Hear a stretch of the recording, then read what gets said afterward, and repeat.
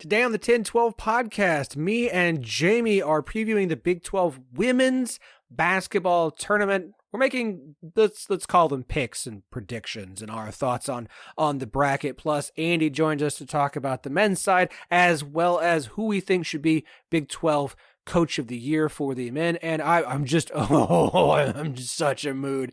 And I've got some things to talk about that don't make any sense, but we're going to talk about them on the 10-12. This episode is brought to you by State Farm.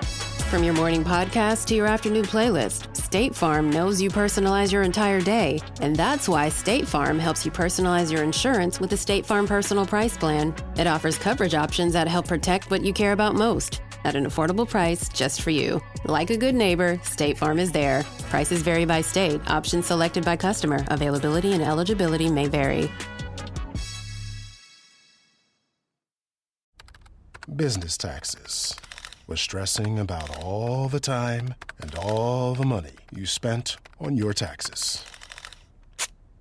This is my bill? Now Business Taxes is a TurboTax small business expert who does your taxes for you and offers year-round advice at no additional cost, so you can keep more money in your business. Now this is taxes. Intuit TurboTax. Get an expert now on turbotax.com/business. Only available with TurboTax Live Full Service.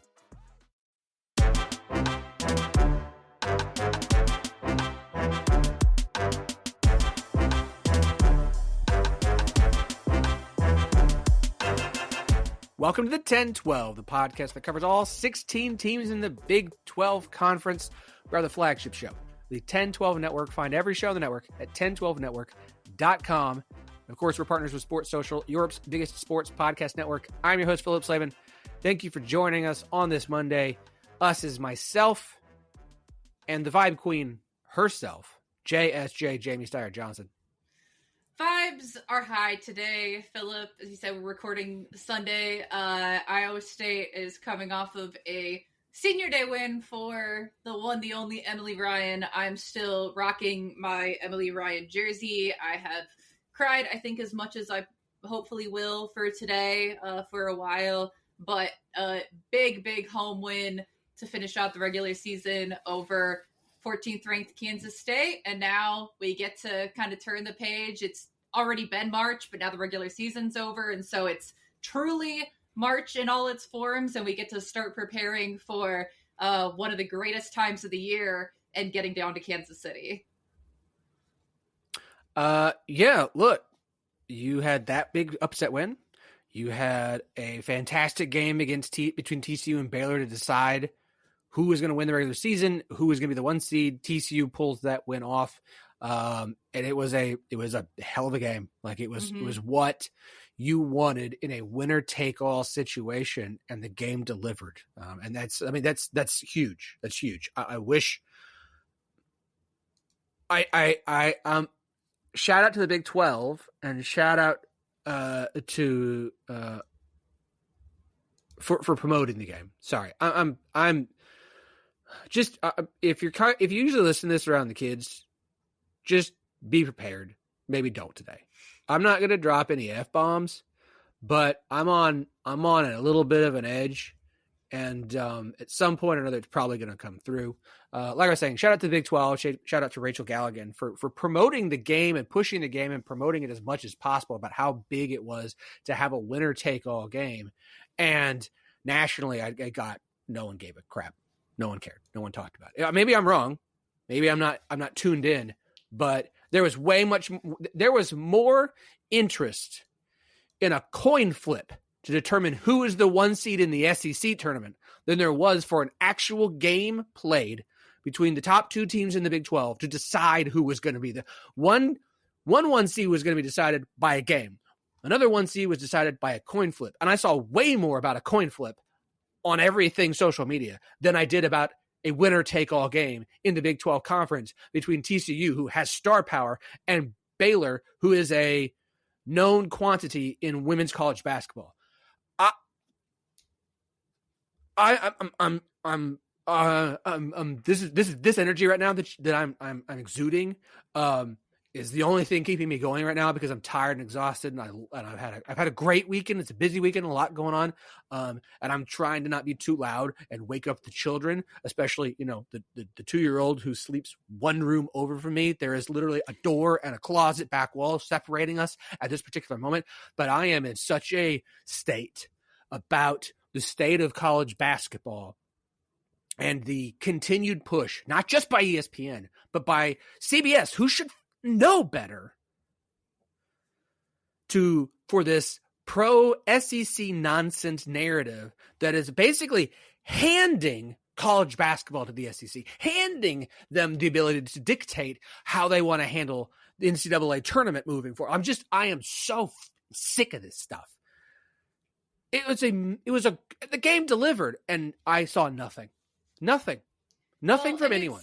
It's sad too, because first of all, I have obviously a very curated feed for my own sanity of people that cover a lot of different conferences, cover the sport in a pretty, I think, encompassing way. It wasn't talked about all that much, even in my circles. And this is a weekend where on consecutive nights, not even overlapping, you have 2 different conferences that are being decided by a head-to-head game. And so you had Saturday where the Big Ten was decided by the battle for LA with USC and UCLA, which was a solid game that USC really pulled away. Baylor and TCU was close down to the wire. And again, you have a lot of narratives at play. You have, 2 extremely prominent programs in USC and UCLA. That's not to take anything away from that game, but to just essentially ignore a championship deciding or a regular season championship deciding game in a power conference is pretty wild. And especially when it is a solid game, it's kind of disappointing, but all of that leads up to it'll be tough depending on how seeding bears out, jumping ahead a little bit to the NCAA tournament, but you really just have to hope, okay, Big 12, you got to be ready to show up. You got to be ready to show out, because really the only way that you gain any kind of respect is by taking it. And we talked about the non-con. We talked about all of how this season was sort of set up. You have to learn from that for next year and put yourself in a better position to begin with. But that starts with your postseason showing this year.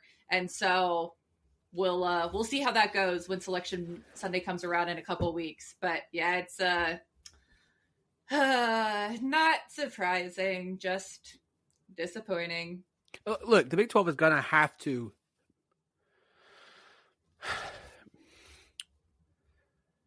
this isn't just a conversation about women's basketball this year or men's basketball, although men's basketball does a good job. Certain teams do, certainly. This is a football conversation as well. The programs in the Big 12 are going to have to buckle up, grow a pair, and start scheduling better out of conference. Because they're going to be discounted either way. So right.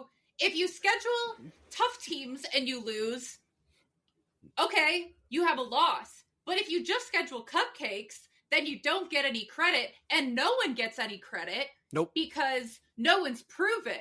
So at the very least, you give yourself the ability to improve your standing, improve your perception. Because if you don't schedule those games, you're just kind of stuck in purgatory, which is sort of where Big 12 women's basketball is this year. And the lesson that needs to really be learned going forward. I don't know what I know the teams want to do their own thing, but at some point the conference has to step in, and the conference has to say, this is not going to work. You have to do better. If we have to step in and create situations for that, if we have to force your hand, we have to do better. Football has this problem in non-conference. Okay. Men's basketball, certain teams carry a lot of the weight and other ones have a game and then 11 games of garbage. And the Big 12 on the women's side this year, I know there's a lot of teams who didn't know what they were going to have, and so they scheduled according to that. Tough. You got to give yourself at least a couple opportunities, and especially the ones who did know what they had coming in and did not schedule to that level. It's a lot of it is on them. Yes. Where I don't want to hear any takes from West Virginia regarding whatever their seeding ends up being, because guess what? You could have improved it significantly with giving yourself the potential for more than one decent non-conference game, and you didn't. And I'm on the record as saying I think that West Virginia's an extremely undervalued team in general, but they didn't do anything to help themselves in that sense. And look, I get it. Oklahoma State didn't schedule anybody. I know there weren't expectations for them, but they scheduled nobody. You should have every single year a home game against a team worth a damn and a true road game against a team worth a damn. It's 2 games. 2 games. God. The road game, you're really reaching there, Phillip.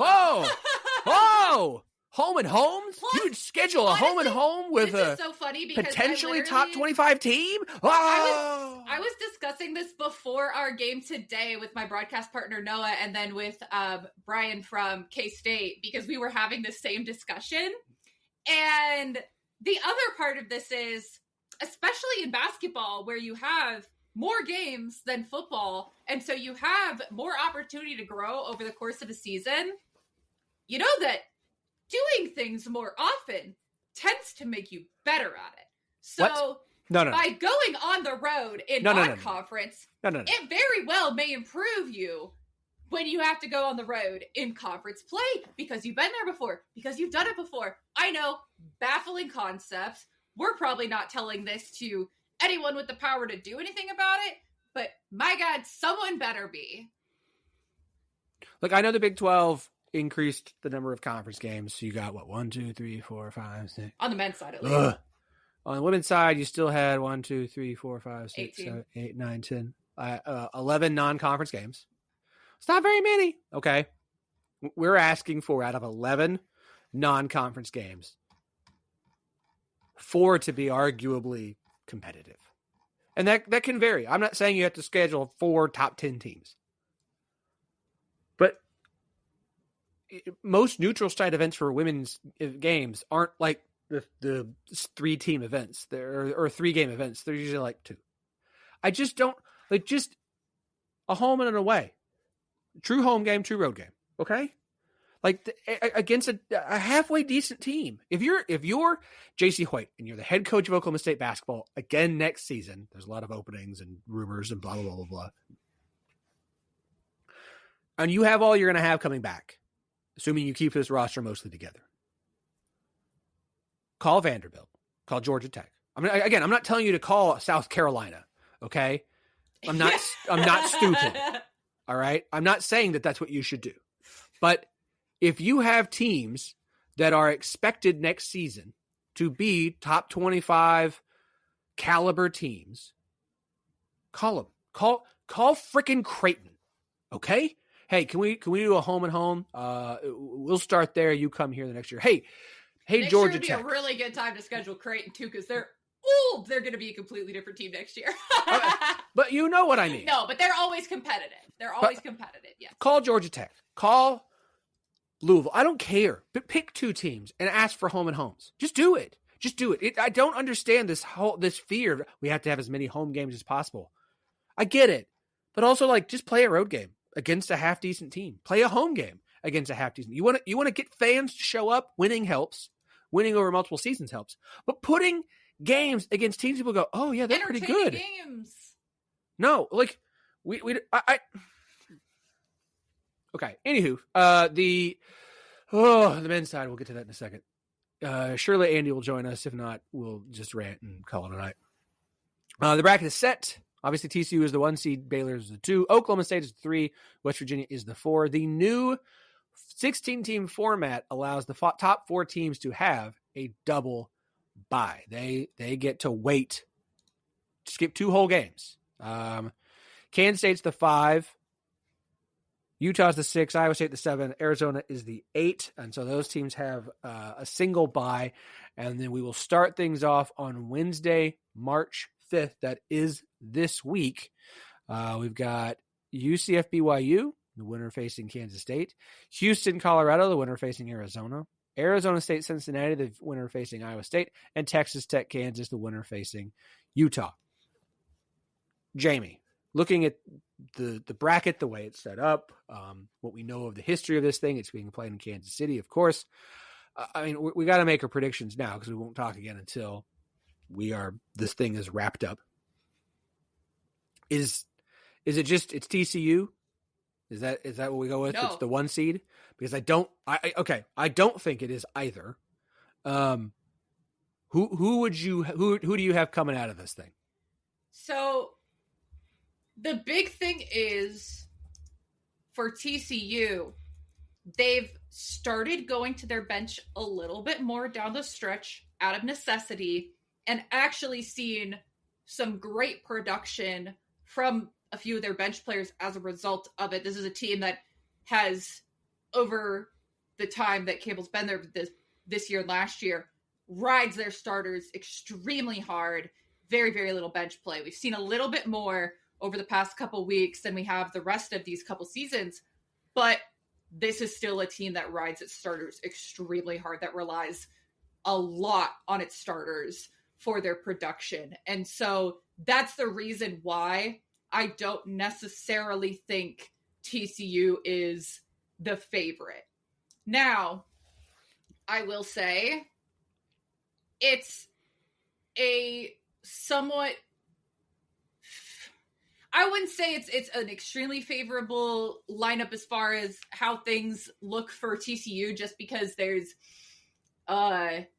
some sort of weird wrinkles, like with the way that K-State finished the season and having Aoka Lee out even longer, that had them drop down to a 5. And so that is someone that potentially could be a semifinal matchup for TCU. And that is a team that beat TCU even without Aoka Lee. And that would be, I think, pretty tough. But West Virginia, if everything goes chalk, let's say, and West Virginia and K-State meet in the quarterfinals to potentially face TCU, I think that West Virginia is a not good matchup. They do not match up well with TCU, as evidenced by their regular season meeting. And so that is something that I did not believe before the game. I thought that West Virginia would be able to compete with TCU. That did not happen. I think they could have a better showing than the first time, but I still don't know that they've got the juice for that one. So I think there's a really good chance that TCU makes it to the championship game. But by the time you get to day 3 or game 3 consecutively, if you're still playing your starters 35 minutes a game, it might be tough. And so at that point, I mean, the bottom portion of the bracket has a Baylor team that just gave them a game again today and faltered a little bit down the stretch, still down Dariana Little-Page Bugs. An Oklahoma State team that beat TCU already once this year. You have a Utah team that can shoot the lights out and has such great balance and can go across the board and has probably 5 to 6 players capable of going off for 20 on a given night, and has some positions where they have some matchup issues, but present more matchup issues on the other end, I think, that they have defensively.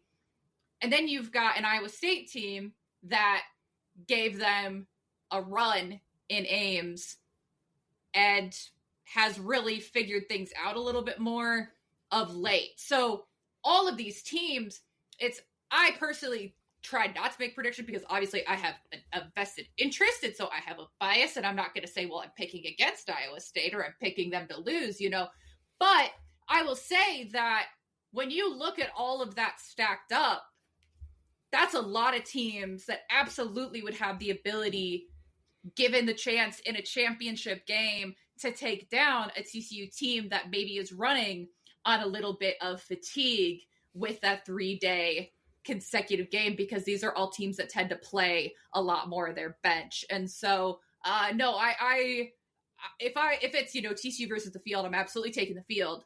And I wouldn't necessarily say that I don't think they'll make the championship. I think things are lined up fairly well for them to make the championship, but I think it's going to be a really good championship game.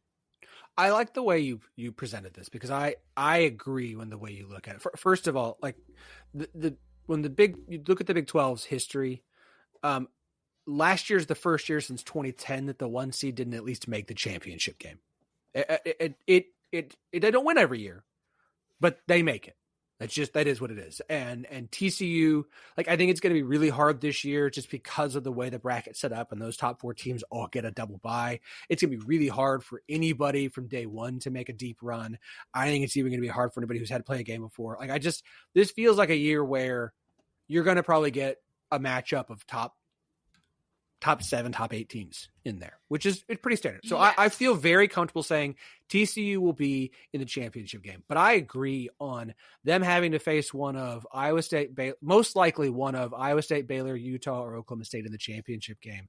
I will take one of those 4 teams over TCU, because whereas I feel way more comfortable just picking TCU to get to the championship game of the 2, 3, 6, and 7 seeds, I don't know. At all. And I'm not gonna, no offense to Kansas, Texas Tech, Cincinnati, or Arizona State, I'm not picking any of them to make it all the way there. It's not so much about them as it is, yes, them to an extent, but more so that's a run I just don't see anybody making. So I definitely will take any of the 4 of Iowa State, Arizona, and Iowa State, Utah, Baylor, and Oklahoma State over TCU in the championship game, with TCU probably getting there. So, I think that kind of sets us up for this week. A lot of great games going on, beginning, as we mentioned, on Wednesday. And it's 4 games a day for Wednesday, Thursday, Friday, and then you get the semifinals on Saturday and the championship game on Sunday. And, of course... Assuming, of course, that number 12 seed BYU does not make a run to the championship. And then it's all just, yeah. Okay. Then mark your calendar for 3 p.m. on Monday, baby. Yay. Hey, should BYU advance the championship game. Will be played at 3 p.m. Central Time Monday, March 9th. And of course, the bracket gets announced. We've still got a little bit of time for that. So we'll have our bracketology discussion for later. By the way, I'm sorry, TCU should at least be a 2 seed. I don't care. They're probably not going to be unless they win the Big 12 tournament. That may not even matter, because there's going to be. But I'm done ranting about women's basketball. We got men's basketball for me to rant about here in a second. One thing I'm also going to rant about is our good friends at Charlie Hustle Clothing Company, because folks, they got fleece on sale right now. All the sweaters and hoodies are on sale, and they're just okay. I can sit here and do a well thought out whatever spiel. CharlieHustle.com. The sweaters and hoodies are all on sale. They've got great stuff for your Big 12 school. You are listening to this, you're a Big 12 fan. If you're listening to this, you're not a Big 12 fan. They have some non-Big 12 stuff, but they've got every Big 12 school covered, and every single school's sweaters and hoodies are currently on sale. If there's something you want that's not on sale, because I got a lot of great stuff that's not on sale right now, don't worry. 1012 Network, TEN12, the word network, gets you 15% off all non-sale items. Not first purchase, second purchase only. All non-sale items anytime you go by. They've got a bunch of sales. They're going to just keep coming as we get closer to March Madness, as we get closer to the tournament, the big dance. They're just going to have more stuff going on. We will do a bracket challenge. We will give away Charlie Hustle merch when we do it. That is, we're going to have a women's bracket and a men's bracket. It's already been discussed. It's already agreed upon. We'll have prizes. So that's stuff that you'll want to keep an eye on when the bracket gets announced and the challenges begin. We'll do those on ESPN just because it's the easiest way to do it, because everyone does it on ESPN more than anybody else. So we're just going to go with what's easy. Whether I like ESPN better or not isn't really the point. I'm about convenience and efficiency. I have 3 small children, ages 2, 4, and 6, in case this is the first time you've been listening and didn't know. So CharlieHustle.com. Take advantage of the fleece sale. If it's not on sale, use our promo code 1012network, TEN, number 12, the word network, 15% off all non-sale items. Do us a favor. Go support Charlie Hustle. It also supports us. The same promo code for every show on the network. Go drop some coin. You won't regret it. Charlie Hustle, vintage, made fresh. This episode is brought to you by Peacock. The new Peacock original documentary, Matthew Perry, A Hollywood Tragedy, dives deep into the beloved actor's rise to fame and his tragic death. 5 people, including Perry's personal assistant, 2 medical doctors, and an alleged Hollywood drug dealer known as the Ketamine Queen, were charged with conspiracy to illegally provide Perry with the ketamine. Explore the details of the case in this heartbreaking special, streaming now only on Peacock. Andy is here. Andy Mitz, the host of the Rock Chalk podcast, our loyal and faithful Kansas fan, who I'm sure as a Kansas fan is going through probably the worst men's basketball season in his lifetime. I feel like that is not hyperbole. It is not an exaggeration, and yet it's a perfect example of just how good Kansas fans have had it if this is the worst in my lifetime. Yeah. But you know what? It's all relative, right? Okay? Yeah. All right. So let's talk a little men's. Before we hopped on here. Do we have hold on. Yeah. No. We are. We're going to just give me a second. Before we hopped on here. Oh, the pre-show was gold. Folks, I've talked about it for a couple weeks in a row now, but I'm going to talk about it here, and I'm going to stop being so nice and reserved about it. We're getting screwed. I'm not a conspiracy theory person. I think most conspiracies are dumb. I think most conspiracies, if you actually stopped and thought about it for 5 minutes with any sort of reasonable mental process, you'd go, that's not happening. This is ridiculous. But I do believe that oftentimes where things are made to look like conspiracies, one of two things is happening. Either someone's on the take or someone has been bamboozled. Sometimes both. Help me, national college basketball media, including people who I have great respect for, Matt Norlander, who are out here helping the SEC take control of men's college basketball and eventually the tournament, because that's what's happening. Because when you make statements like, this is the most difficult conference in college basketball history, one year they're the best conference, and they are. I'm not arguing. It's fine. 1 year they're the best conference. It took the Big 12 how many years of being number one before people finally started saying so, as opposed to the ACC.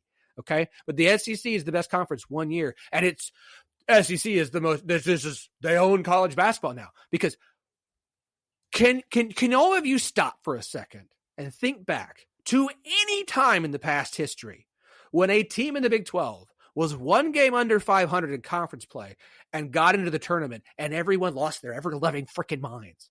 We've had years where a team finished 500 in the best conference in college basketball in America and didn't make the tournament. Okay? Let's go look at Bracket Matrix. You know why I love Bracket Matrix? Because it's not one guy, it's not 2 guys. It catalogs every single bracket that's out there. ESPN, CBS, 131, 5-star, blah, blah, blah, blah, blah. Okay? T-Rank, HBC, I don't know what half of these are. It doesn't matter. It pulls them all together. 85 in total. Do you know what team is in 67 of the 85 brackets as an 11 seed in this tournament this year? Yeah, now, because we talked about this, last week or the week before? I've talked about it since 3rd week in a row. Do you want to know why we're going to talk about it for another week in a row? Because it continues to become more and more absurd every week. The University of Oklahoma is 17-12 overall, 4-12 in conference play. For those of you who don't want to do math at this time of day, whenever the time of day is that you're doing this, that's 8 games under 500. Not 1, not 500, 8 games under 500. That's 4-12. They've won 4 conference games. Well, if they're projected in with that kind of a conference record, their non-conference must have been really, really good. They must have played a hell of a non-conference schedule. Let's go look at KenPom. We all like KenPom. We all trust KenPom. Everyone trusts KenPom. Oklahoma's non-conference strength of schedule and net rating, 321. Do you know how many teams are in Division I men's college basketball? 364. That means that there are Rough 33? Is that right? I don't do math. Okay. I was an art major for a reason. Is that about 33 teams with a worse non-conference strength of schedule than the University of Oklahoma? 34? 43. 43? Thank you. 43. 43 teams had a worse non-conference strength of schedule. So they have a shitty non-con. Told you, don't let the kids listen right now. They have a 4-12 record in SEC play, but that many people think they should be in this tournament. It's just one example. It's just one example. No, go ahead, Andy. Go ahead. I would say the one thing I will say is that everybody who does this will tell you that their job is not to try to tell you who should be in, but who they think the committee will put in. So yeah, really, this is a committee issue, not a. But I think the point is still there, right? Like the people that set that agenda, right, of who is getting talked about, who is getting considered, as much as they want to say that, oh, well, we're not actually kind of setting that, they do kind of help shape at least a little bit what that looks like. Oh, absolutely. Absolutely. Okay. Let's do this again, because I've spent a lot of time complaining about Oklahoma. Well, you're just an Oklahoma State fan. You've got a bias. You don't like them because they left the Big 12. Sure, okay. I live in the state of Arkansas. I have a bunch of friends and family who are Arkansas fans. I am happy when the Hogs do well because it makes people that I care about and love, people around me, also happy. Cool. They got Coach Cal. Everything's great. Rah, awesome. Yay, Arkansas. The Razorbacks. Yeah, they're 17-12. They're 6-10 in SEC play. They're 6-10. They're 4 games below 500. Remember that whole point I made about being 1 game under in the Big 12 was basically like, how could you even think that team could get in the tournament? 4 games under 500. And remember how we said Oklahoma was in 67 of the brackets? 82 of 85 have Arkansas as 11 seed. Probably an 11 seed on average. Probably 11 seed play-in team. Probably a play-in team. Still has them in. Well, their non-conference must have been really good. Nope, 263. All right. Maybe I'm being unfair. That's where... Tell us how Not you done. really feel. Not done. 65 out of 85 brackets. Currently listed as a 11 seed. There are some of the bracket projections that have them as a 9. That's not a play-in team. Georgia in the SEC. Let's pull up the old Georgia Bulldogs. 6-10, 18-11 overall, 6-10 in conference play, 4 games under 500. Surely their non-conference strength of schedule must have been incredible. 320. It's 1 spot better than the Sooners. I think it's really funny to pull all those numbers after the discussion we just had about what the women's side has to do with their scheduling. Let's look at the Big 12's non-con, shall we? Let's see what those look like.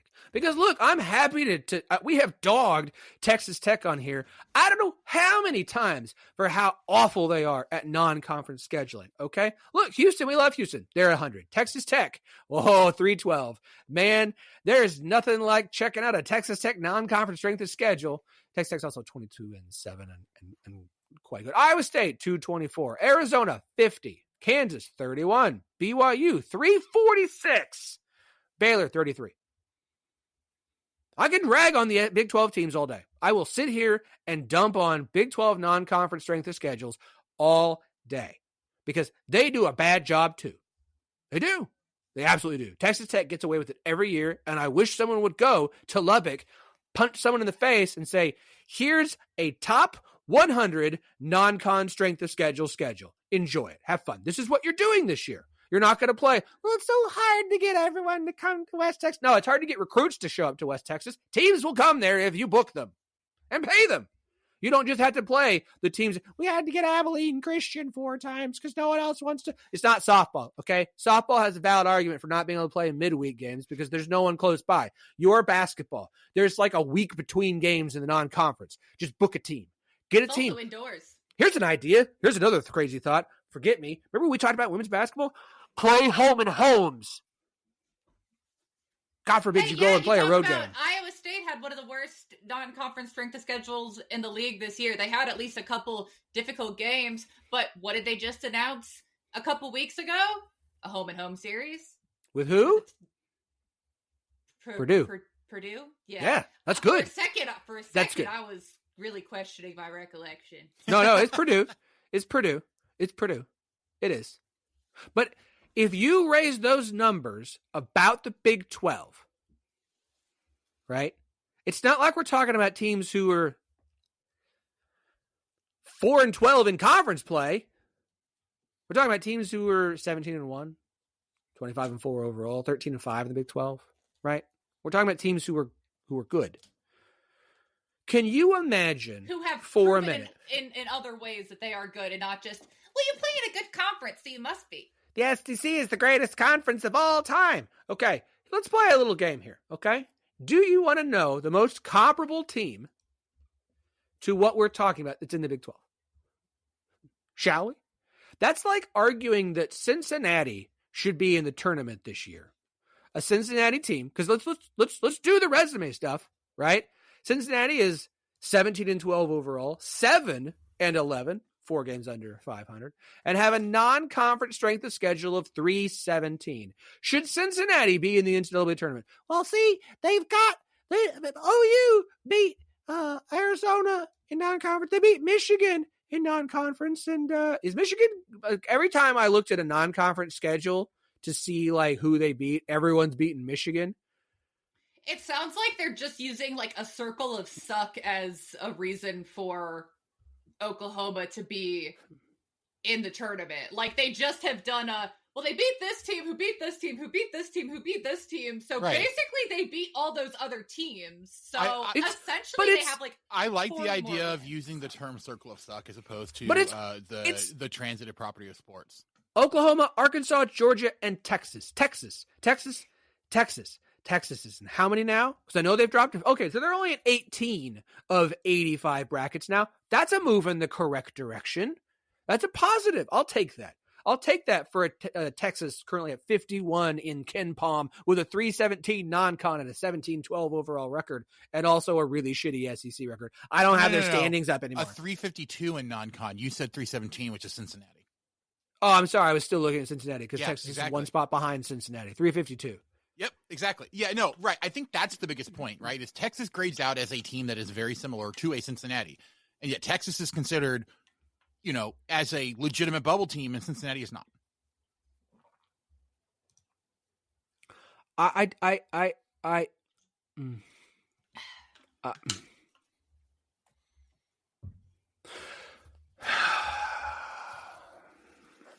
Andy, who should win Big 12 Coach of the Year this year? There's a week left to go. There's 2 regular season games. But Houston's already left up the 1 seed. There's going to be a fun battle for the 2, the 3. We'll get to all that next week once the bracket's set. Who's Big 12 Coach of the Year this year? To be honest, I probably am going to either give it to, or I would either give it to Kelvin Sampson at Houston because of how good they've been this year, or give it to Kevin Young at BYU for what they've been able to do this year with, yes, they kept a whole bunch of people, but there was a lot of questions bringing in, an NBA guy into Provo and seeing if he was going to be able to do what he wanted to do that quickly. And while, they're not the best in the league, they're definitely up there in the top, 4 or 5. They're, ranked. They've had some huge wins, and I just think it's been pretty impressive what he's been able to do in year 1. No, I like that. I think the Kevin Young one is a nice pick. It fits the team that we didn't know what to expect from, and kind of exceeded expectations. They're tied for 5th, 4th, I believe. For 4. Well, they're tied for. It says. Oh, sorry. No, last I saw, they and Iowa State they're tied for 3rd. Oh, okay, yeah, that's because right. it's 4th. Okay, because Yeah, it's Houston is 1, Texas Tech and Arizona tied for 2nd. Iowa State and BYU are tied for 4th. As it stands right now, BYU and Iowa State are the 4-5 teams. Yes.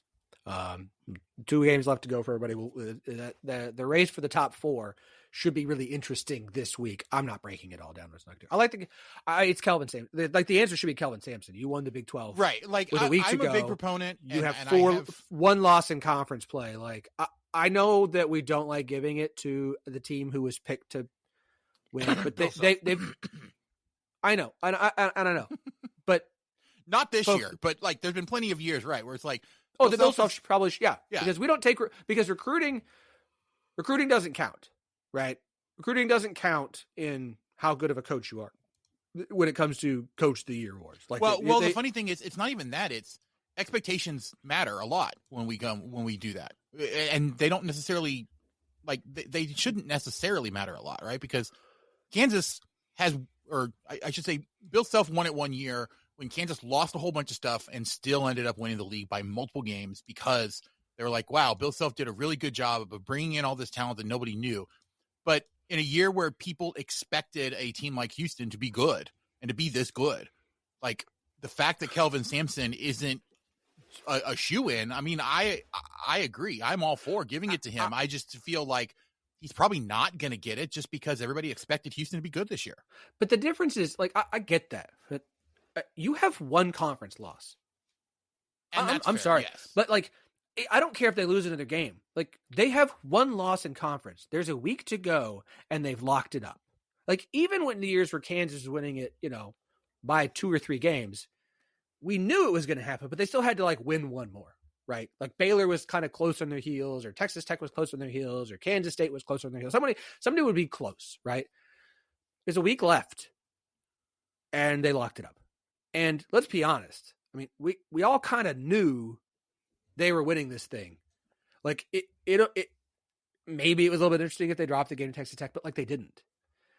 They have one conference loss. That's it. They have been so good. And yeah, they lost a game at home to Texas Tech. They also beat Texas Tech on the road. They beat Arizona, who's currently tied for second. They beat Kansas on the road. I mean, what else do you want from them? They beat Iowa State. They beat BYU. It should be Kelvin Sampson, because let's not act like they just returned last year's team. Okay? Because they didn't. They've had to replace pieces. That was the biggest knock on them coming into the year, was that they lost their best player. And which explains why. Yeah.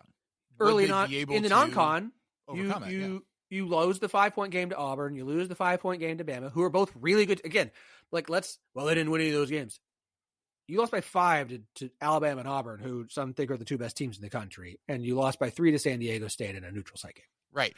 Like Duke lost to Kansas early in the year. Like, we should knock them down because they couldn't win that big non-conference. Like, it's stupid to use non-conference games like that at this point in the year after we've seen the full body of work to say, oh, well, they couldn't win 1 game or 2 games early in the season when they were still trying to figure stuff out. So we're going to just completely discredit what they've got. And they did have to figure things out. And then they won the conference. Yeah. With a week to go. No, it's Kelvin Sampson. I'm sorry. It's Kelvin Sampson should be Big 12 Coach of the Year. Yep. Jamie. Ryan Reynolds here from Mint Mobile with a message for everyone paying big wireless way too much. Please, for the love of everything good in this world, stop. With Mint, you can get premium wireless for just $15 a month. Of course, if you enjoy overpaying, no judgments, but that's weird. Okay, one judgment. Anyway, give it a try at mintmobile.com/switch. Upfront payment of $45 for 3-month plan, equivalent to $15 per month required. Intro rate first 3 months only, then full price plan options available. Taxes and fees extra. See full terms at mintmobile.com. Who's Coach of the Year on the women's side? I mean, I assume it's TCU head coach, because typically it just goes to whoever wins the conference. Probably. Especially because they were not picked to win. I will say, I know there are hard feelings from some of the way that they handled things last year. And so there is absolutely a possibility that some coaches choose not to vote for Mark Campbell for Big 12 Coach of the Year, and so it goes elsewhere. If that were the case, you also have a lot of very compelling arguments. And so you could see it go to J.C. Hoyt very easily. You could see it go to, I think they probably dropped too many games down the stretch. But Utah having to losing Lynn Roberts early in the season and then having Gavin Peterson step in and still finishing top half of the conference think that they were kind of underrated for what they returned anyway, so they definitely should have finished top half of the conference. But I think that you would have an argument for him because I think that they really improved as the season went on as well in some ways. But it's very hard to say because of some of those outside previous factors. I generally, if it were solely about this season, solely about what happened, yeah, you would expect someone who wasn't picked to finish in the top 3, 4, whatever, who then ends up winning it, whatever. Yeah, they probably win because of those situations. I would not at all be surprised to see it go to someone else. More than likely, JC Hoyt. Yeah, I was going to say JC Hoyt is probably who I would pick. And look, I have a long stand, and I've said it here on this podcast that I personally do not like her the way that she conducts herself. And I'm not the only media member who has said that. And I have stories. We'll just put it that way. But look, she has done a phenomenal job with this team, especially given that, in the first 2 years, what we saw in Oklahoma State, like there was questions. How long is she going to be able to stick around? Like, because of just how bad it was. She's completely turned it around. She has them ranked. Yes, they had a very difficult game against a Kansas team that was missing quite a few people today.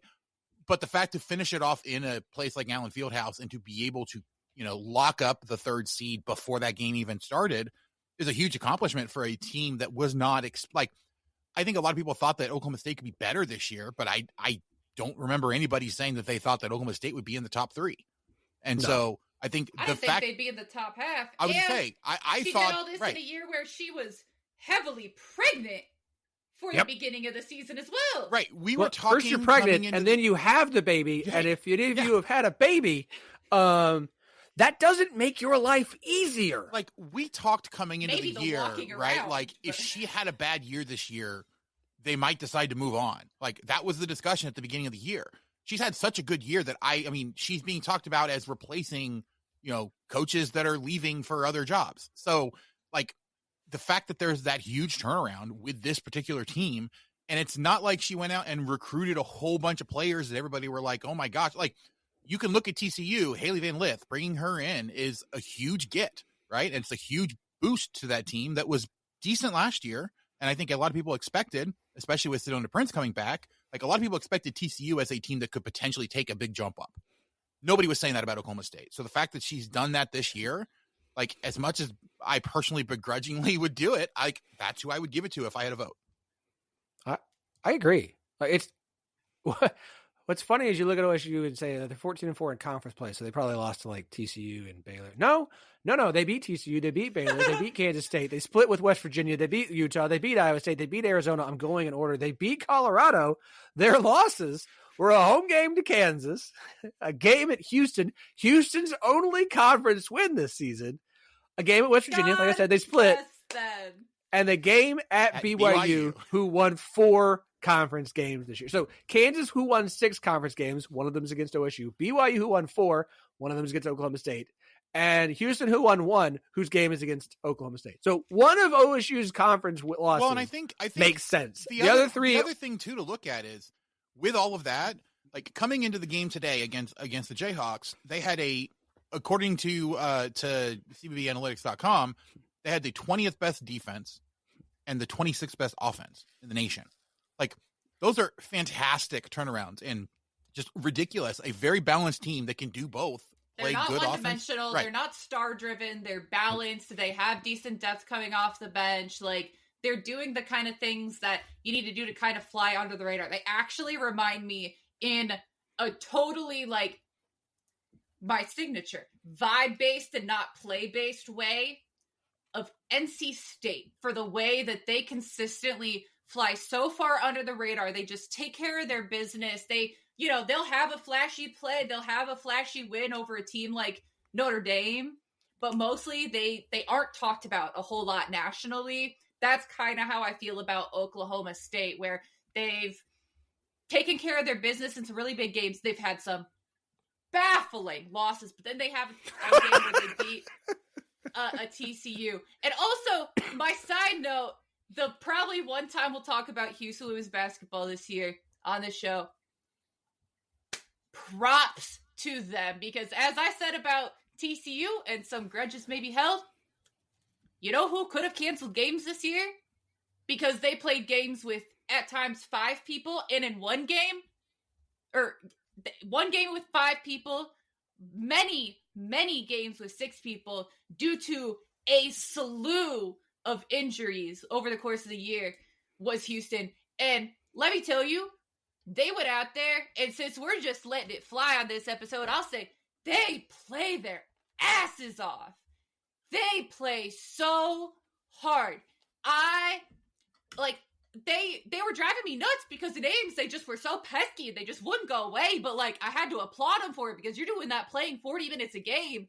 And I feel like Coach Hewley, like, has such a great reputation because like his players really love to play for him. He is a genuine guy, a good guy. It's a shame that they haven't had more success, because I fear that Houston may have to move on sooner rather than later. But man, if I didn't say that at all this year, I gotta say Houston women's basketball, not a lot as far as wins and losses. I hope that they can hold on to the memory of like taking down Oklahoma State, because they deserve to have like that positive come out of the season, because my God, did they just work and work and work. And that's also the kind of team you don't really want to see in the postseason tournament. We saw that like the seasons that TCU didn't win a thing. They came out and they, in Peebly's last year, maybe over in conference play. And then they beat Kansas in the first round. Thanks for bringing that up again. And then almost beat Oklahoma in the second round. Yep. So, Houston, go do your big one in Kansas City, I guess, is the lesson. Hey, you know what? I'm all for it, because they're not playing Kansas in the first round. So go right ahead. There you go. So again, shout out to TCU for winning their first Big 12 women's basketball title in program history. Shout out to Houston for winning a second straight Big 12 men's basketball title. Shout out to Texas Tech, who swept the Big 12 men's and women's indoor track and field championships this weekend. And shout out to Arizona State, who swept the Big 12 swimming and diving championship titles this weekend as well. So a lot of stuff happening around the Big 12 conference. Obviously, baseball and softball deep in play. Softball gets conference play started this coming week, so of course we'll have a lot of talk about that on Thursday's 10-12 softball show. Shop Charlie Hustle, 1012network.com. You'll find every show, including Andy's Kansas Show Rock Chalk podcast, who I'm told is now on Bluesky, but I haven't found it on there, so we'll have that conversation off How can air. you not find it? It's literally the exact same profile, like the exact same handle. Probably. I went and said Rock Chalk Pod, and it didn't. Maybe I have to make it public. I didn't realize I had to do that. Yeah, I thought it was just automatically public, but maybe not. Well, that's what you This get. is riveting content, guys. All right. Leave us a rating and review if you've actually made it to this point in the show. We would appreciate it. We'll be back on Thursday. Like I said, we'll talk softball then. We'll be back next Monday to talk more hoops. We'll recap the Big 12 women's tournament, talk about the men's bracket, and probably complain some more about SEC bias and the Big 12 not getting its due, because I'm sick and tired of it. And it's happening now in sports that it has no business happening in. So, y'all, have a good week. Thanks for listening. We'll talk to you again soon.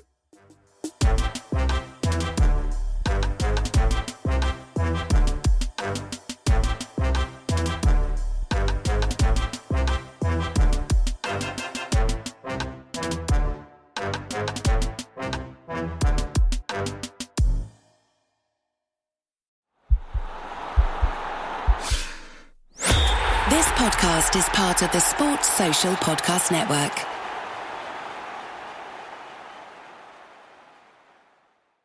For the ones who get it done, the most important part is the one you need now. And the best partner is the one who can deliver. That's why millions of maintenance and repair pros trust Grainger, because we have professional-grade supplies for every industry, even hard-to-find products. And we have same-day pickup and next-day delivery on most orders. But most importantly, we have an unwavering commitment to help keep you up and running. Call, click Grainger.com, or just stop by. Grainger, for the ones who get it done.